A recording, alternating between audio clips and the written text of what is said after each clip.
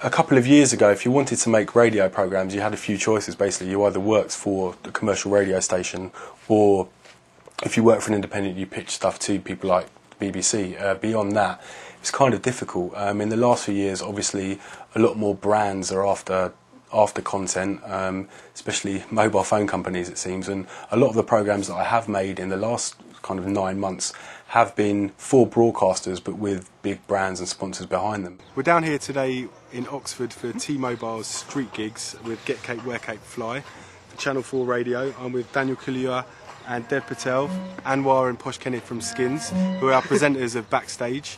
And basically what we're doing today is a little podcast. We're going to interview Get Cape, Wear Cape, Fly, who is the artist who's performing. He sounds like a superhero, and he wears a cape. And no, it's not the Cape Crusader. It's Get Cape, Wear Cape, Fly! What's a little ribbon? It's What's a Little Ribbon. Basically, we're turning a lot of the time presenters that haven't done a lot of radio into radio presenters, which can be a challenge in itself. I think in doing that, we've actually managed to find a lot of good potential new radio presenters. Okay. We thought we could have like an acoustic jam, and we could like collaborate with your like folk drum and bass ways, and us with our like, you know, urban beats, and we could just like do a jam right here, right now for the radio. Do you want to do it? Yes, he's on for it. We love this guy. High five, Dev. High five. Okay, drop a beat, D-boy. Drop a beat. Do you want me to get a guitar and I'll play along to the beat? Oh, yes! Can we grab a guitar? Discuss it. Thank you. Thank you very much. Thank you so much, GCWC. This is Radio Gold. Joe, we're asking GCWCF if he's ever been to KFC. Maybe. This is shocking. Yeah. Shockingly good. Number 2, Colonel's Meal. The guys were very kind of relaxed. They didn't know too much about Get Cape before they did the show, but you know, they actually, you know, hit it off pretty well, and he was, you know, really accommodating in letting them, you know, kind of have a bit of a laugh and get on with it, really. Yeah. They were doing some really bad rap. Bad meaning good. Terrible meaning good. It's the worst rap. Absolutely amazing. I think we're getting there now. Like, us Skins boys are getting into this like radio gig stuff pretty. Whoops. I can't sound clever. No, basically, yeah, it's sounding pretty good, to be honest. I think this is the best one we've done so far, and he's been like really cooperative with us. We've got some good footage, hopefully. All of the people who are coming to this gig have kind of won a competition where they've texted in, and there's only 200 people allowed in the gig. So what's actually happening is they don't know where the gig's happening. There's a train going from Oxford that's going to bring us here to Cholbury Cricket Club, and all of the people that are coming to the gig are going to be on that train. Get Cape, Wear Cape, Fly is going to be performing some acoustic songs, and with Dev and Daniel, we're basically going to run around, talk to the fans, and generally see what's going on.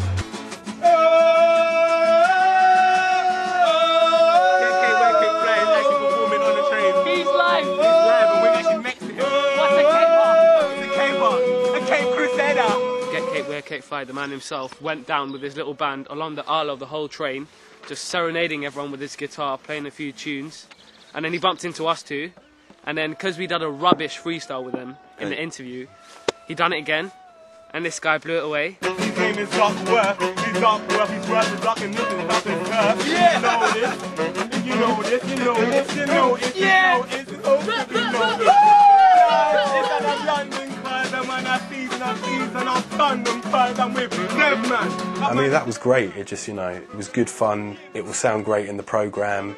And, you know, you kind of had the band getting on with the presenters. They made themselves kind of part of the show, really, which is, you know, just shows that they were relaxed and, you know, good for the job, basically. The beauty of radio, to me, in many ways, is that in reality, you can make a whole documentary series, you can make a whole programme with, you know, me and my microphone.